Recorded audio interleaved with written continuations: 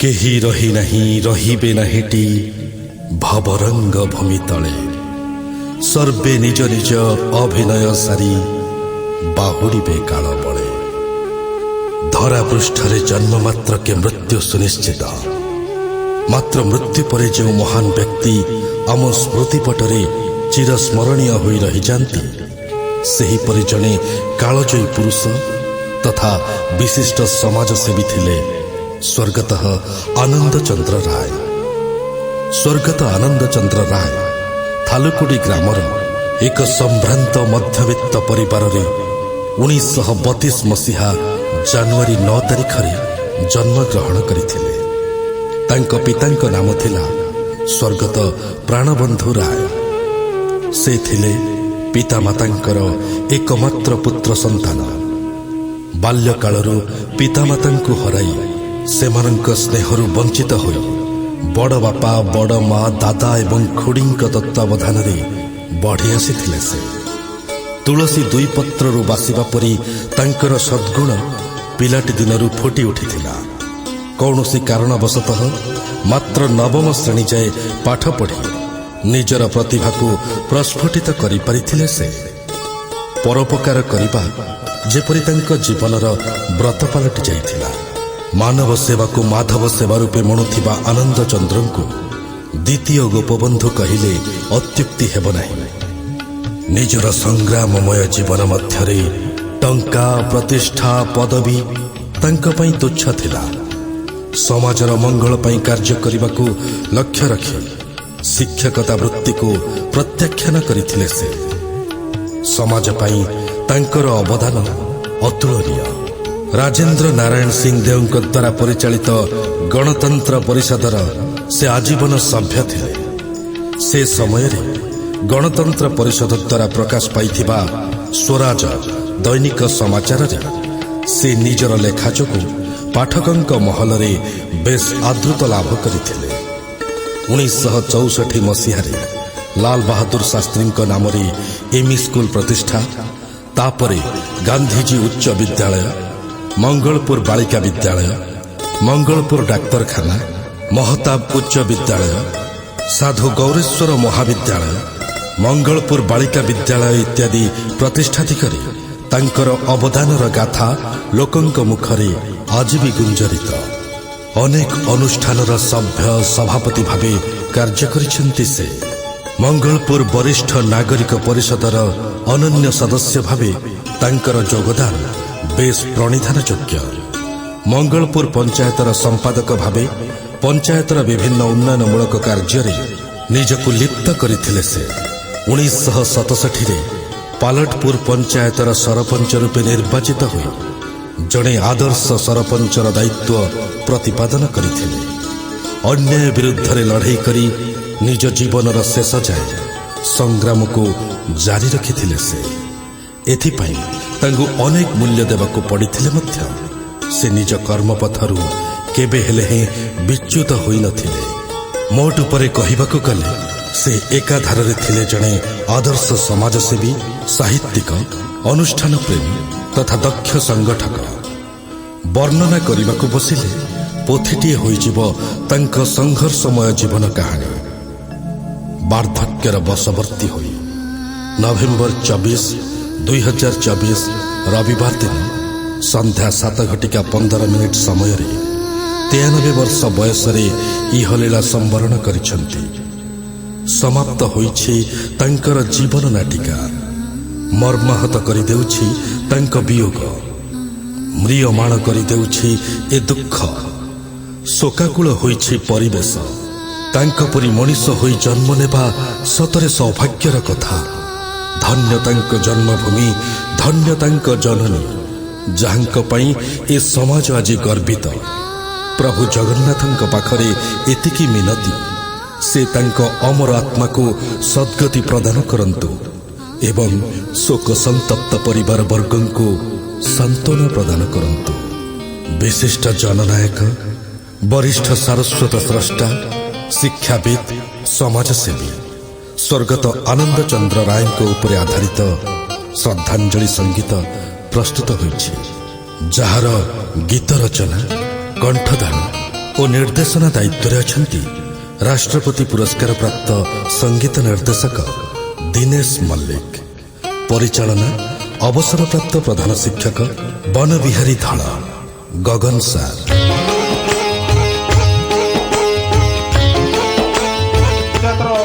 ସରପଞ୍ଚ ଥିଲେ ସେତେବେଳେ ନିଷ୍ଠାପର ଭାବରେ କାର୍ଯ୍ୟ କରୁଥିଲେ, ଯାହାର ନମୁନା ଜିଲ୍ଲା ପ୍ରଶାସନକୁ ମିଳିଥିଲା ଏବଂ ତାଙ୍କୁ ପୁରସ୍କାର ମଧ୍ୟ ମିଳିଥିଲା। ମୁଁ କହି ରଖିବାକୁ ଚାହେଁ, ଅପ୍ରିୟ ସତ ହେଲା ଜଣେ ଖାଲିପୁରରୁ ଆସି ହଠାତ୍ ପାଲଟପୁରରେ ଅବସ୍ଥାପିତ ଏବଂ ପାଲଟପୁର ଭଳି ଗୋଟେ ଅବିଭକ୍ତ ପଞ୍ଚାୟତର ସରପଞ୍ଚ ବିଭିନ୍ନ କାର୍ଯ୍ୟକର୍ତ୍ତା ହିସାବରେ ରାଜନୈତିକ ଦଳରେ ତାଙ୍କୁ ଆଲୋଚନା କରିବା ସମୟ ନାହିଁ। ଆମେ ଯେତିକି ବୁଝିଛୁ ଆନନ୍ଦ ରାୟ ଥିଲା, ସେତେବେଳେ ଆନନ୍ଦ ବାବୁ ଅତି କାର୍ଯ୍ୟରତ ଥିଲେ। ଆମେ ତାଙ୍କ ଆଦର୍ଶରେ ଅନୁପ୍ରାଣିତ ହୋଇ ଆମେ ତାଙ୍କ ଆହ୍ୱାନରେ ବିଭିନ୍ନ ଆନ୍ଦୋଳନ ଧର୍ମଘଟରେ ଯୋଗ ଦେଇଛୁ, ସାମାଜିକ କାର୍ଯ୍ୟରେ ନିଜକୁ ବିନିଯୋଗ କରୁଛୁ। ବନ୍ଧୁଗଣ, କାରଣ ସେ ସମଗ୍ର ସମାଜ ପାଇଁ ସମଗ୍ର ସମୟ ଉତ୍ସର୍ଗୀକୃତ କରିଥିବା ଏ ମଣିଷ ଆତ୍ମାର ସଦ୍ଗତି ନ ହୁଅନ୍ତୁ, ଲକ୍ଷ୍ୟ ନ ପାଆନ୍ତୁ। ସେ ବାରମ୍ବାର ଜନ୍ମ ହୁଅନ୍ତୁ ଆନନ୍ଦ ବାବୁ, ସମାଜରେ ଜନ୍ମ ହୁଅନ୍ତୁ, ଏ ଅଞ୍ଚଳରେ ଜନ୍ମ ହୁଅନ୍ତୁ ବା ନ ହୁଅନ୍ତୁ, ସମାଜ ପାଇଁ ତାଙ୍କର ଆବଶ୍ୟକତା ଅଛି। ଏ ସମାଜରେ ତାଙ୍କର କାର୍ଯ୍ୟ ମୁଁ ଏତିକି କାମନା କରୁଛି ଯେ ଆନନ୍ଦ ବାବୁ ଆତ୍ମାର ସଦ୍ଗତି ନ ହଉ, ସେ ବାରମ୍ବାର ଜନ୍ମ ନିଅନ୍ତୁ ଏ ଧରାଧାମରେ।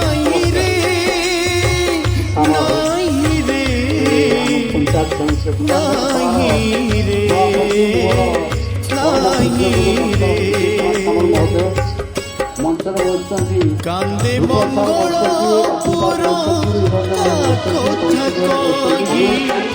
କାନ୍ଦେ ଅନୁଷ୍ଠାନ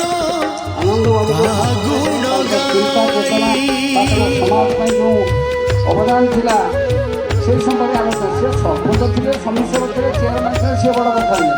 এই ପ୍ରକ୍ରିୟା ଭିତରେ ବର୍ତ୍ତମାନ ଗଣପ୍ରତିନିଧି ହେବା ଆମେ ସେ ସମୟରେ ଯେତେବେଳେ ଥିଲେ ଆମେ ସେତେବେଳେ ଗୋଟେ ଛୋଟ ଥିଲେ। ତାପରେ ଆମ ଝିଅ କରୁଛନ୍ତି, ଅନ୍ୟମାନେ କରୁଛନ୍ତି, ସେଟା ବଡ଼ କଥା ନୁହେଁ। କିନ୍ତୁ ବ୍ୟକ୍ତିତ୍ୱର କଥା କହିଛି ଯେ ତାଙ୍କର ଜୀବନ ସମର୍ପିତ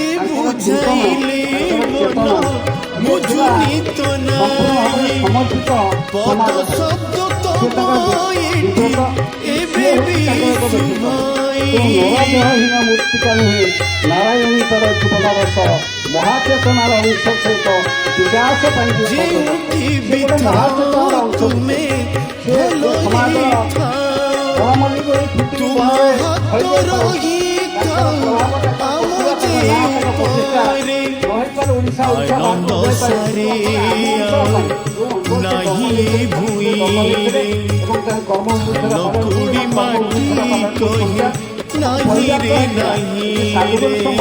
ପ୍ରତିଷ୍ଠାରେ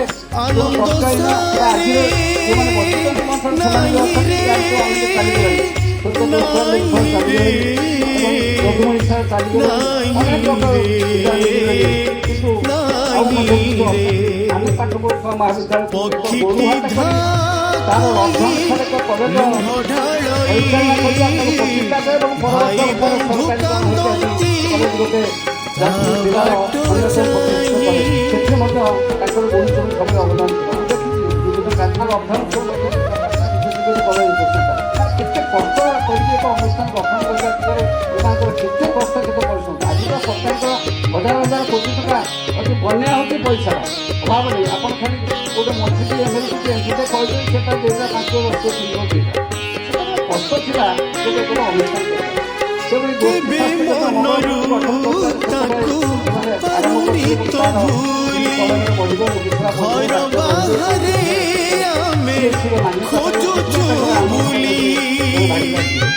ପଶୁ ଡାକ୍ତରଖାନା ଖାଲିପୁରରେ ସେଥିପାଇଁ ମଧ୍ୟ ତାକୁ ବଦନାଇକି କରିବା ପାଇଁ ତାକୁ ଟିକେ ଆଉ ଟିକେ ଡେଭଲପମେଣ୍ଟ କରିବା ପାଇଁ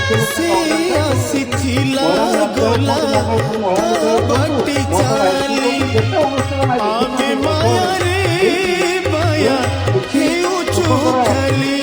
ଲୋକମାନଙ୍କର ଅବଦାନ ଥିଲା ଯାହା କରିଯାଇଛନ୍ତି ଆଗାମୀ ନେତୃତ୍ୱରେ ପ୍ରଭାବ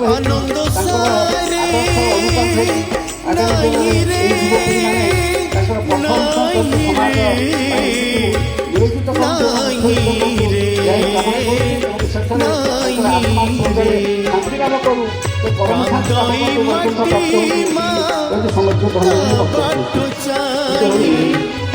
ଆନନ୍ଦ ସରେ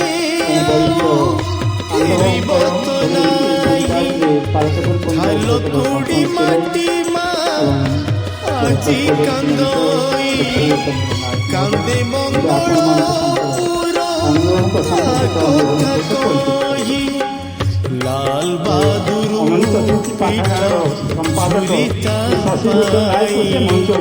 কাঁদুছি অনুষ্ঠান তাই গুণ গাই আনন্দ সারে নাহি রে নাহি রে নাহি রে নাহি রে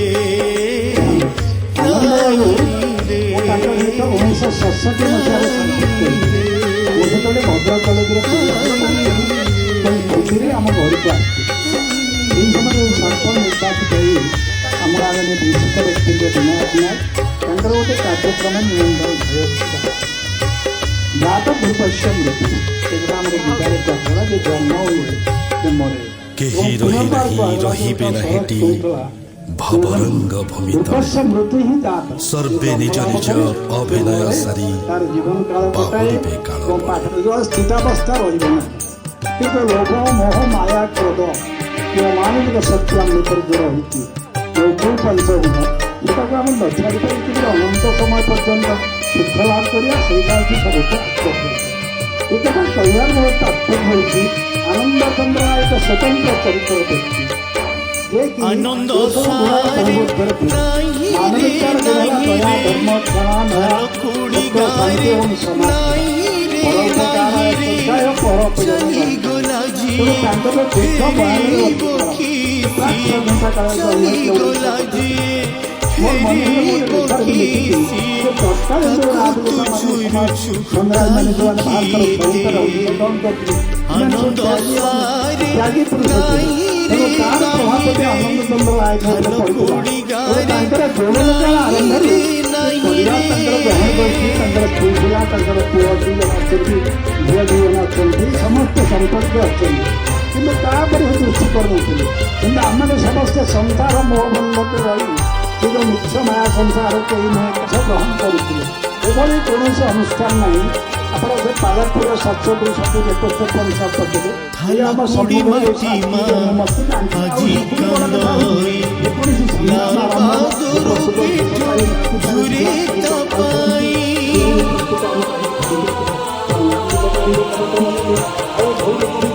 কান্দুছি মঙ্গলপুর তা কথা কহি কান্দে অনুষ্ঠান তা গুণ গাই আনন্দ সারে ফেরিবে নাহি কিয়ে কহে সিয়ে নাহি রে নাহি তাকু তু ঝুরুছু কাহিকিতে তাকু তু ঝুরুছু কাহিকিতে আনন্দ সারে নাহি রে নাহি রে ঢালো কুড়ি গারে নাহি রে নাহি রে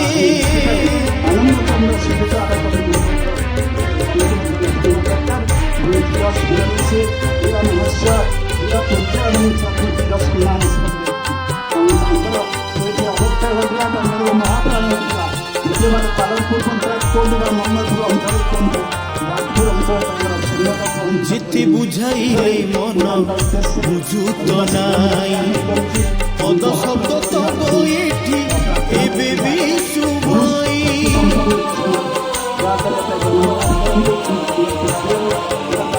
কেবে মনরু তাকু পারুনি ভুলি ঘর বাহারে আমি খোঁজুছু বুলি চলি গলা জি ফেরিব কিসিয়ে চলি গলা জি ফেরিব কিসিয়ে তাকু তু ঝুরুছু কাহিকিতে তাকু তু ঝুরুছু কাহিকিতে আনন্দ সারে নাহি রে গাল কুড়ি গারে নাহি রে চলি গলা যে ফেরিব কি সিয়ে চলি গলা যে ফেরিব কি সিয়ে তাকু তু ঝুরুছু কাহিকি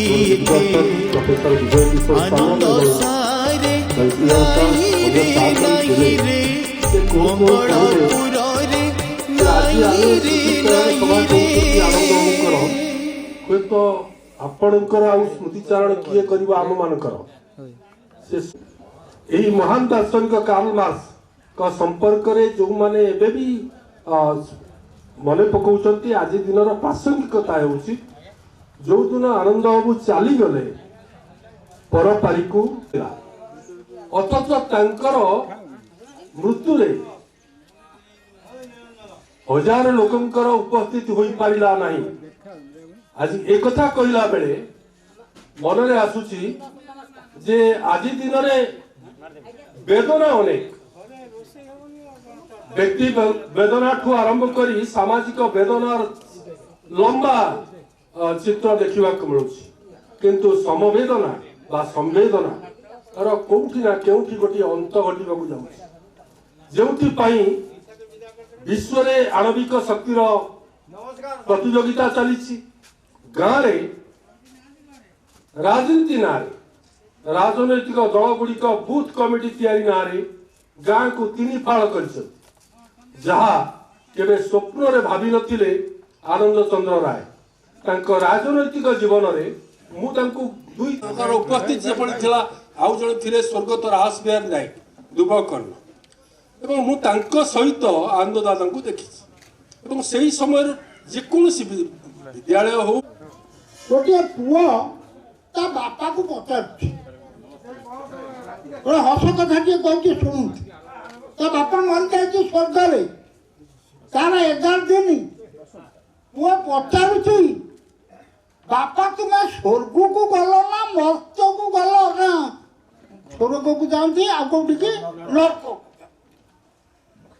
ବାପ ଉତ୍ତର ଦଉଛି ପୁଅ ନର୍କରେ ଆଉ ଜାଗା ନାହିଁ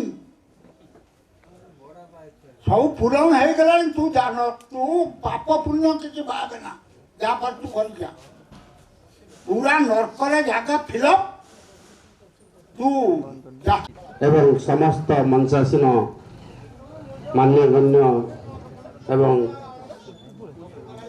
ଭଦ୍ରବ୍ୟକ୍ତିଗଣ ଏବଂ ସମ୍ମୁଖରେ ଉପସ୍ଥିତ ଥିବା ମୋର ଗୁରୁ ଗୁରୁଜନ ଏବଂ ସାମ୍ବାଦିକ ବନ୍ଧୁ ଆଜି ମୁଁ ସ୍ୱର୍ଗତ ଆନନ୍ଦ ଚନ୍ଦ୍ର ରାୟଙ୍କ ବିଷୟରେ ତାଙ୍କର ଅନେକ ବକ୍ତା ଯେଉଁମାନେ କି ତାଙ୍କ ସହିତ ମିଶିଛନ୍ତି ଜାଣିଛନ୍ତି ସେମାନେ ପରିପ୍ରକାଶ କରିବେ ମୁଁ ଖାଲି ଗୋଟିଏ କଥା କହୁଛି ଯେ ଆନନ୍ଦ ଚନ୍ଦ୍ର ରାୟ ପବିତ୍ର ପାଲଟପୁର ନର୍କ କେହି ଯିବେନି ସବୁ ସ୍ୱର୍ଗକୁ ଯିବେ ଆଉ ଆପଣମାନେ ସବୁ ମିଶିଛନ୍ତି ଆନନ୍ଦ ବାବୁଙ୍କ ସାଙ୍ଗରେ ଯେଉଁମାନେ ଭୁଲ କରିଛନ୍ତି କ'ଣ ତାକୁ ଗୋଟେ ମୁଁ ଫିଲ୍ମରୁ କହିବି ଫିଲ୍ମଟା ନାଁ ହେଉଛି ଜୟ ହୋ ସଲମାନ ଖାନ ହିରୋ ପରୋପକାରୀ ଲୋକ କିନ୍ତୁ ତା ନୀତିଟା ହେଉଛି କାରଣ ବିଜୟ ସାର୍ ମୋଠୁ ବୟସରେ ବଡ଼ ମୋର ଗୋଟେ ଉପକାର କଲେ ମୁଁ ଯାଇକି ବୁଲିବୁ ବିଜୟ ସାର୍ଙ୍କର ଉପକାରଟା କରିଦେଲେ ପରିଶୋଧ ହେଇଯିବ ଯେମିତି ଆମ ଋଣ ପରିଶୋଧ ହୁଏ କଥା ସେଇଆ ନୁହେଁ ଯଦି ଗୋଟିଏ ମୁଁ ଉପକାର ଏ ବାବୁଙ୍କର କଲି ତୁମେ 3 ଜଣଙ୍କର ଉପକାର କରିବେ ସେ 3 ଜଣଙ୍କୁ କହିଯିବେ ସିଏ ଯାହାର ଉପକାର କରିବେ ସେଇଭଳି 3 ଜଣଙ୍କୁ କରିବେ ଉପକାର এইভাবে যদি ମଧ୍ୟ ଜଣେ ପ୍ରତିଷ୍ଠିତ ବ୍ୟକ୍ତିତ୍ୱ ଭାବରେ ନିଜକୁ ପ୍ରତିଷ୍ଠା ଲାଭ କରିଛନ୍ତି ତା ସହିତ ମୁଁ ମୋ ହେତୁ ପାଇଲା ଦିନରୁ ମୁଁ ତାଙ୍କ ସହିତ ଯେତିକି ମିଶିଛି ସେ ଜଣେ ସରଳ ନିଷ୍କପଟ ଏବଂ ସାଧାରଣ ମଣିଷ ଥିଲେ କିନ୍ତୁ କାର୍ଯ୍ୟଧାରା ସ୍ୱତନ୍ତ୍ର ଥିଲା ସେ ସବୁବେଳେ ତାଙ୍କର କାର୍ଯ୍ୟ ଯେ ମୁଖ୍ୟ ଜିନିଷ ଯେ ଗମନାଗମନ ଶିକ୍ଷା ସ୍ୱାସ୍ଥ୍ୟ ଏହା ଉପରେ ବେଶୀ ଗୁରୁତ୍ୱ ଦେଉଥିଲେ, ଯୋଉଟାକି ଆମ ଅଞ୍ଚଳରେ ଆମେ ପୋଷ୍ଟ ଅଫିସ କ'ଣ ସେତେବେଳେ ଛୋଟ ପିଲା ଥିଲୁ ଜାଣିନଥିଲୁ। ପୋଷ୍ଟ ଅଫିସ ଆମ ଗାଁରେ ଏ ଅନୁଷ୍ଠାନ ଗୁଡ଼ିକ ହେଉଛି ଅନନ୍ତ ସ୍ମୃତି ପାଠାଗାର ଓ ସାଂସ୍କୃତିକ ପରିଷଦ ମହତା। ସେ ମୋତେ ବ୍ୟକ୍ତିଗତ ଭାବେ ସ୍ୱର୍ଗତ ବିଧାନ ମହାନ୍ତିଙ୍କ ଜରିଆରେ ପରିଚିତ ହେଲି। ସେ ବିଧାନ ବାବୁ ଅଧୀନରେ ଚାଲିଗଲେ, ତାପରେ ମୋତେ ସମ୍ପାଦକ ଦାୟିତ୍ୱ ଦିଆଗଲା। এই সম্পাদক দায়িত্ব নেবা পরে মঙ্গলপুরর পূর্ব যাজপুর যে মঙ্গলপুরর পরিচিত করা এই অনুষ্ঠান সর্বদা চেষ্টা করছে। প্রতি বর্ষ সে সাহিত্যিক, সমাজসেবী,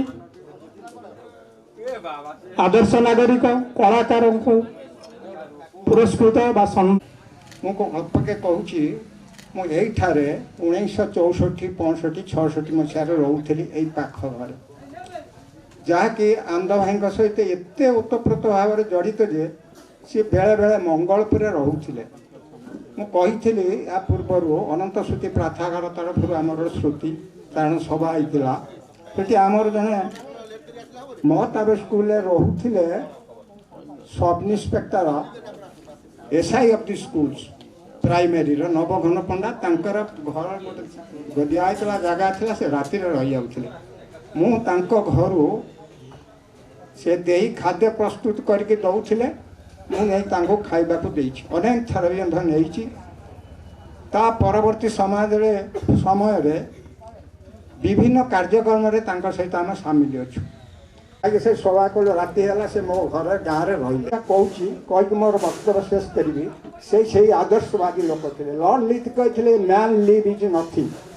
ବଞ୍ଚିବା ଗୋଟେ ମାନଦଣ୍ଡ ନୁହେଁ, man live correctly is everything. ଯିଏ ଠିକ୍ ଭାବରେ ବଞ୍ଚିଛି, ତାର ମାନବିକତାକୁ ଦେଖେଇ, ତା ଶୈଶବରୁ ଆରମ୍ଭ କରି ବାର୍ଦ୍ଧକ୍ୟ ପର୍ଯ୍ୟନ୍ତ ଯେ ଦେଖେଇଛି, ସେଇ ଲୋକ ହେଉଛନ୍ତି ଆନନ୍ଦ ଚନ୍ଦ୍ର ରାୟ। ଲର୍ଡ ଲିଥ୍ଙ୍କର କଥାକୁ ସେ ପୂରଣ କରିଛନ୍ତି। ସମ୍ପୂର୍ଣ୍ଣ ନିଃସ୍ୱାର୍ଥପର, ତାଙ୍କର ପ୍ରାୟ ଜାମା ନଥାଏ ଏବଂ ସିଏ ଖଣ୍ଡି ଡାକିବା ଡକ୍ଟର ନାହାନ୍ତି, ସେଠି ପାଲ ପକାଇ ବସିବେ। ଏଇସବୁ ମହାନ କଥା ତାଙ୍କର। ସିଏ ଆଜି ଆମ ଗହଣ ଚାଲି ଯାଇଛନ୍ତି। ମୁଁ ଏତିକି ନିବେଦନ କରିବି, ତାଙ୍କ ବଂଶରେ ତାଙ୍କ ଦାୟକ, ତାଙ୍କର ଯେଉଁ ଆଦର୍ଶ ଥିଲା ଖାଲି ମଙ୍ଗଳପୁର ଏରିଆ ପାଇଁ ନା ପୂର୍ବ ଯାଜପୁର ଏରିଆ ପାଇଁ, ତାକୁ ଯଦି ଅନୁକରଣ କରି କାର୍ଯ୍ୟ କରିବେ ତାଙ୍କ ଆତ୍ମା ସଦ୍ଗତି ହେବ। ତାଙ୍କର ଦାୟକ ଯଦି ନୁହେଁ, ଏକଦମ ଖୁବ୍ ପାଖ ଲୋକ, ପଡ଼ୋଶୀ ଶ୍ରଦ୍ଧା। ଆନନ୍ଦ ଚନ୍ଦ୍ର ରାୟଙ୍କୁ ଭଲ ପାଉଥିବା ତାଙ୍କ ସାଥୀ ସହୋଦର ମଞ୍ଚ ଆଗରେ ବସିଥିବା ମୁରବୀମାନେ, ବନ୍ଧୁଗଣ,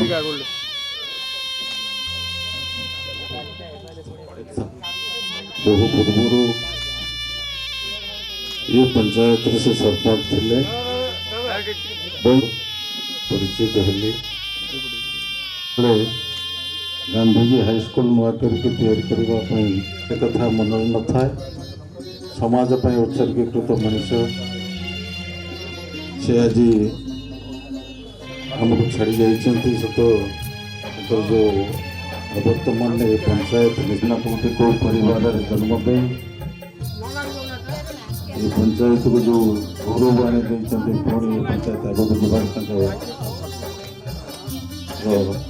ଆଶୀର୍ବାଦ ରହିବ। ଏତିକି କହି ମୋର ପ୍ରଦର୍ଶନ କରୁଛୁ। ଧନ୍ୟବାଦ, ନମସ୍କାର। ଏ ଯେଉଁ ଶ୍ରଦ୍ଧାଞ୍ଜଳି ସଭା ଚାଲିଛି,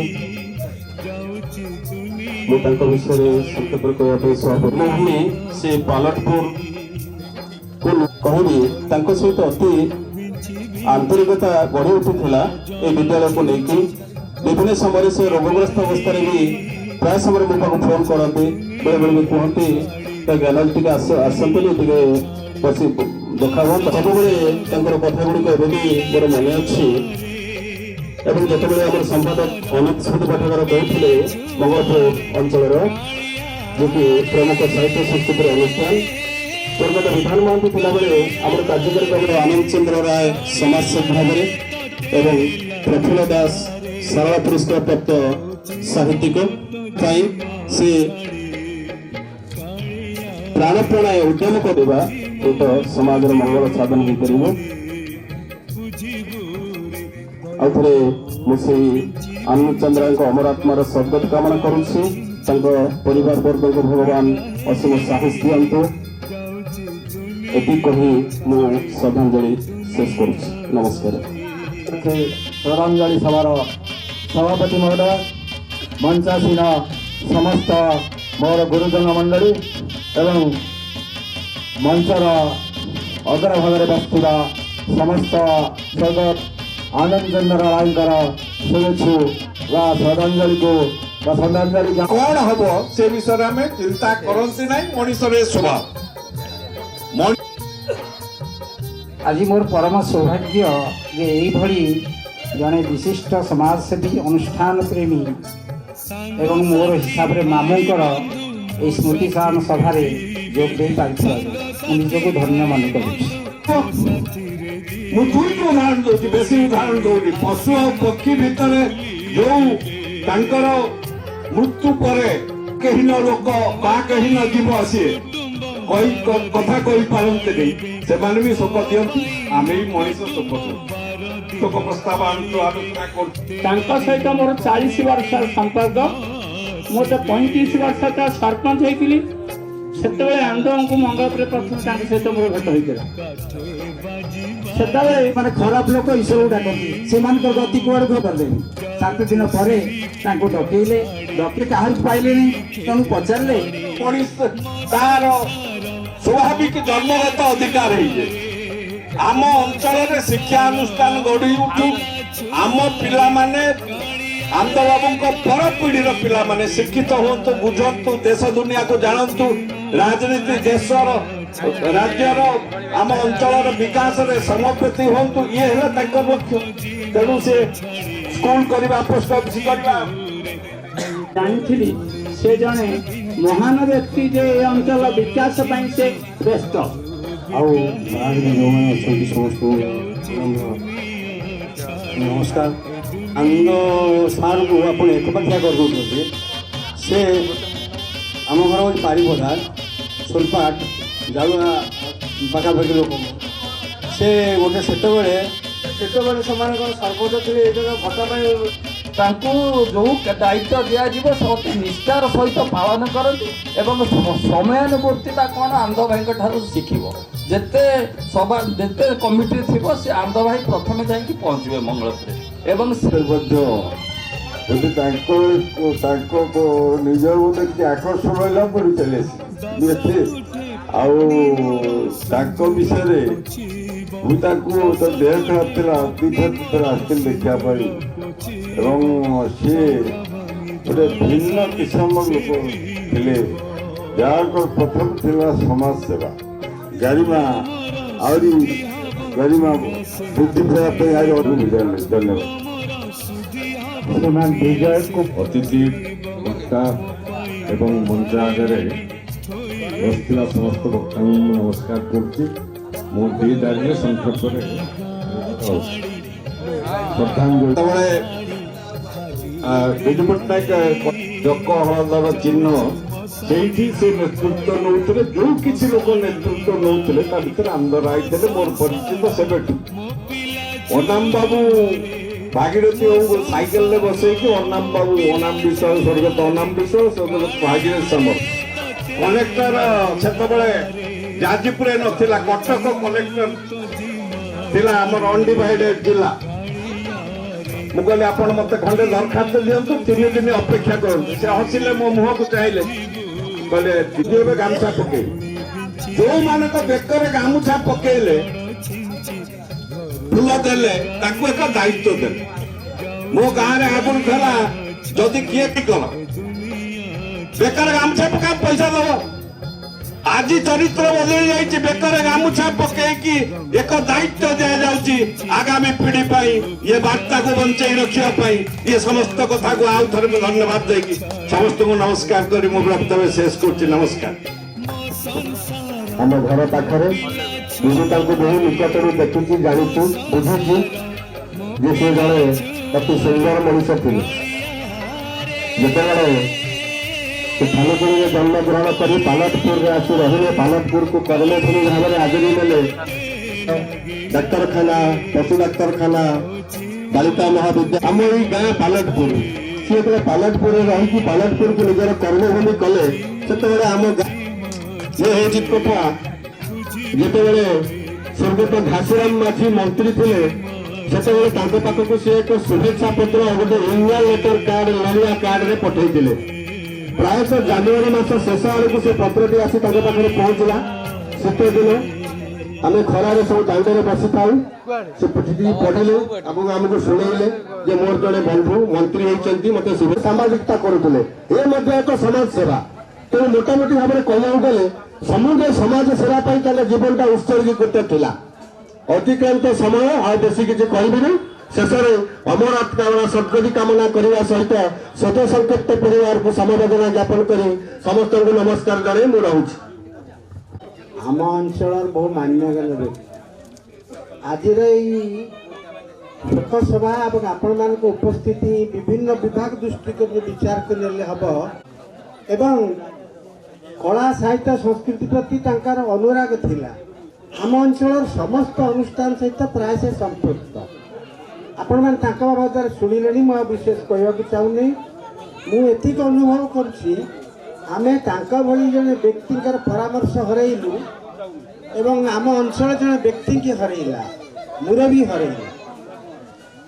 ଆନନ୍ଦ ଭାଇ ଥାଲୁକୁଡ଼ି ଆଉ ପାଲଟପୁରକୁ ଛାଡ଼ିଦେଲେ ବୋଧେ ଆମ ଅଞ୍ଚଳର କମନ ଆନନ୍ଦ ଭାଇ ଭାବରେ ସେ ସମ୍ମାନିତ ହେଇଛନ୍ତି।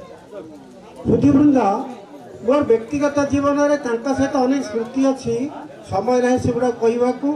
ତେବେ ଏତିକି ଆଶା କରୁଛି ଯେ ମୁଁ ବହୁ ମିଟିଂରେ ମଧ୍ୟ ଏଇ କଥା କହିଛି ଯେ ଆମ ଅଞ୍ଚଳର ବହୁ ବିଶିଷ୍ଟ ବ୍ୟକ୍ତି, ଜ୍ଞାନୀ ଗୁଣୀ ବିଜ୍ଞ ବ୍ୟକ୍ତିମାନେ ଆଜିକାର ଶ୍ରଦ୍ଧାଞ୍ଜଳି ସଭା ଏକ ନିଆରା ଶ୍ରଦ୍ଧାଞ୍ଜଳି ସଭା। ମୁଁ ଆଶ୍ଚର୍ଯ୍ୟ ହେଉଛି ଏତେ ଦୂର ଦୂରାନ୍ତରୁ ମଧ୍ୟ ଲୋକ ଆନନ୍ଦ ବାବୁ କରାଯାଇ ଶ୍ରଦ୍ଧାଞ୍ଜଳି ସଭାରେ ଆସି ଯୋଗ ଦେଉଛନ୍ତି। ତାଙ୍କ ବାବଦରେ ତ ବହୁତ କଥା କୁହାଗଲାଣି, ମୁଁ ଆଉ ଅଧିକା କ'ଣ କହିବି। ଗୋଟେ ଉଦାହରଣ ଦେଉଛି। ଏ ଯେଉଁ ଗାନ୍ଧୀ ହାଇସ୍କୁଲ ହେଲାବେଳେ ଗୋଟେ ମୋ ପାଖରେ ପହଞ୍ଚିଲେ, କହିଲେ ସେ ମୋତେ ସାନ ଭାଇ ଭଳି ଭାବନ୍ତି ସବୁବେଳେ। କହିଲେ ରବି ଗୋଟେ ତୋ ପାଖରେ କାମ ଅଛି, କଲେକ୍ଟର ପଠେଇଛନ୍ତି ଗୋଟେ ଭିଜିବିଲିଟି ରିପୋର୍ଟ, ବିଡ଼ିଓଙ୍କ ପାଖକୁ ଭିଡ଼ିଓ ଦେଇଛନ୍ତି, କହିଲେ SI ସ୍କୁଲ ଦେଲେ ମୁଁ ଦେବି, ତୁ ସେ ଏଭଳି ଭାବରେ ସେ ଅଞ୍ଚଳରେ ବ୍ଲକରେ କ'ଣ ଜିଲ୍ଲାରେ ସେ ପରିଚିତ ନିରାଡମ୍ବର। କେବେ ତାଙ୍କ ମୁହଁରେ ରାଗିବାର ମୁଁ ଦେଖି ନାହିଁ, ହସ ହସ ମୁହଁ ଏବଂ ସବୁବେଳେ ତାଙ୍କ ଏବଂ ମଞ୍ଚ ସମ୍ମୁଖରେ ଉପସ୍ଥିତ ଥିବା ଭଦ୍ର ମହୋଦୟ, ଆଜି ଏ ଯେଉଁ ଆନନ୍ଦ ଚନ୍ଦ୍ର ରାୟଙ୍କର ଶ୍ରଦ୍ଧାଞ୍ଜଳି ସଭାରେ ମୁଁ କିଛି କହିବାର ସୁଯୋଗ ଲାଭ କରିଛି।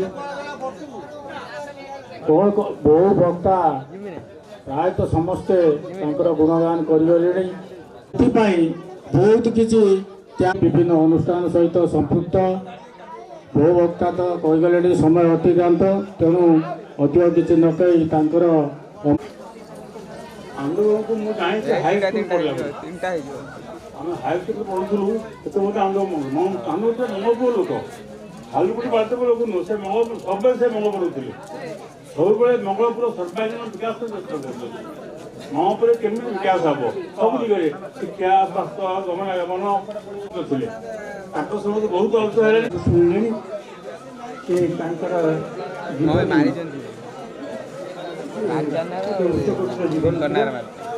କିନ୍ତୁ ମୁଁ ଟିକେ ଆପଣମାନେ ଯାହା ଶୁଣିଛନ୍ତି ମୁଁ ତାର ଟିକେ ମଞ୍ଚରେ ଆଗରେ ବସିଛନ୍ତି ସମସ୍ତ ଗୁରୁଜନ ମଣ୍ଡଳୀ। ଆଜି ଏକ ଶ୍ରଦ୍ଧାଞ୍ଜଳି ସଭାରେ ଆମେ ଉପସ୍ଥିତ ହୋଇ ତାଙ୍କ ବହୁତ ଟାଣ ଥିଲା ଯେ ଏମିତି ସେ ବ୍ୟାଖ୍ୟା କରିକି ଲେଖିଥାନ୍ତି ଯେ ତାଙ୍କର ହସ୍ତଲେଖାକୁ ଯିଏ ପଢ଼ନ୍ତି ଏବଂ ସେ ଜାଣନ୍ତି ଜଣେ ଗୁଣୀ ଲୋକ ଯେହେତୁ କିଛି କାମ କରିବାକୁ ପଡ଼ିବ। ଯାହା କାର୍ଯ୍ୟ ଥିଲା କାଲି ସେଠି ଥିଲା, ଏମିତି ବିଭିନ୍ନ ପ୍ରକାର କାର୍ଯ୍ୟ। ଏଇ କଥା ଆମେ ବସିକି ହଉ, ମନ ଭିତରେ ପରିଶ୍ରମ ଥାଏ ତାହା ଲାଘବ ହେଇଯାଏ। এইটা ହିଁ ମୁଁ ଭାବେ ଯେ କି ଆନ୍ଦୋଳନ ବହୁତ ପରିଶ୍ରମ କରି ଫେରିଲା ବେଳେ ଟିକେ କଥାଟା କହିଦେଲେ ମନରୁ ଟିକେ ସୁଖ ମିଳିଯାଏ। ଯାହା ହଉ ସେ ବହୁତ ସେଥିରେ ସମ୍ପୃକ୍ତ ଏବଂ ଭଲ କାମ କରିଛନ୍ତି। ସେଥିପାଇଁ ମୁଁ ବହୁତ ଖୁସି କରୁଛନ୍ତି। ଡକ୍ଟର ବିଜୟ କୁମାର ସ୍ଥାନ ଉପସ୍ଥିତ ଅତିଥି ମୋର ଉପସ୍ଥିତ ବସିଛନ୍ତି ପ୍ରତିନିଧିଗଣ, ମୁଁ ତାଙ୍କ ବିଷୟରେ ବିଶେଷ କ'ଣ କହିବାକୁ ଯିବି। ସିଏ ଯେତେବେଳେ ଆମର 67ରେ ସ୍ୱତନ୍ତ୍ର ଜନକଂଗ୍ରେସ କଲେକ୍ସନ ହେଇଥିଲା, ସେତେବେଳେ ହେଲ୍ଥ ମିନିଷ୍ଟର ଆସିଥିଲେ ଆମ ନଗରପୁରକୁ। ଆମ ନଗରପୁର ସେତେବେଳେ ଡିସ୍ପେନ୍ସରୀ ଥିଲା। ସେଉଠୁ ସେଇ